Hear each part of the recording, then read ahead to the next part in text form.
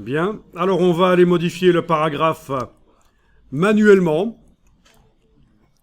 Voyons, on sait qu'il utilise le style de paragraphe corps du texte body nouveau, mais je vais manuellement le modifier grâce à la palette paragraphe. Donc, vous mettez le curseur n'importe où dans le paragraphe, le curseur texte, n'importe où pour indiquer que vous travaillez dans ce paragraphe. Et vous allez dans la palette paragraphe, menu texte, paragraphe. Donc vous voyez la différence entre paragraphe et style de paragraphe. Les paragraphes, c'est en quelque sorte l'usine qui sert à modifier manuellement C'est plein d'outils qui servent à modifier manuellement les paragraphes.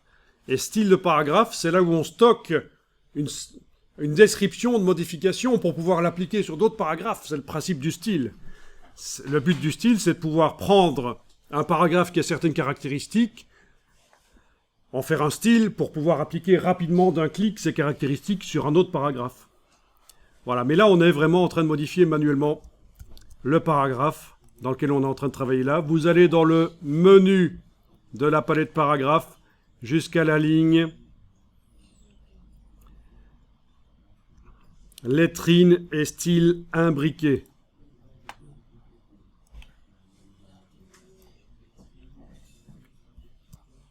Alors, les styles imbriqués, c'est quelque chose de génial. Ça permet de faire plusieurs choses. Dans cette boîte lettrine et style imbriqué, tout à l'heure, on a juste été tester la partie lettrine.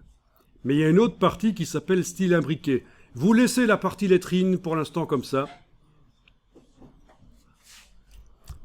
On va aller jouer avec la partie style imbriqué.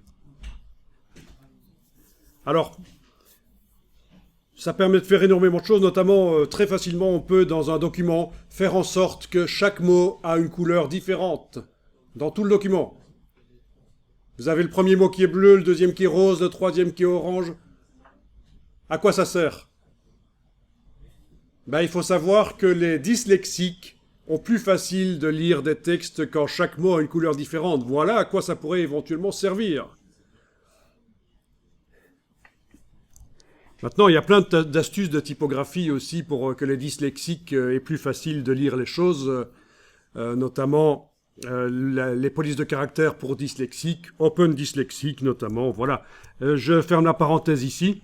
On va utiliser les styles imbriqués, non pas nous pour modifier la couleur de chaque mot, mais pour imbriquer le style de caractère qu'on vient de mettre au point. Alors vous allez cliquer ici sur Nouveau style imbriqué. Ici, vous allez choisir quel est le style de caractère, grande lettrine, style imbriqué. D'accord ? Qui va s'appliquer sur un caractère. Oui, il y a d'autres choses qui peuvent être choisies. Lettres, chiffres, mots, phrases, blablabla.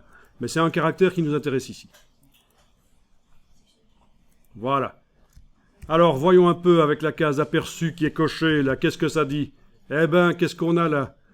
On a notre première lettre, premier caractère plutôt. Caractère, pas lettre, parce que lettre, ça n'inclut pas les chiffres. Ici, ce serait des chiffres, ça marcherait aussi. C'est un caractère, le premier caractère du paragraphe qui reçoit le style de caractère, grande lettrine, style imbriqué.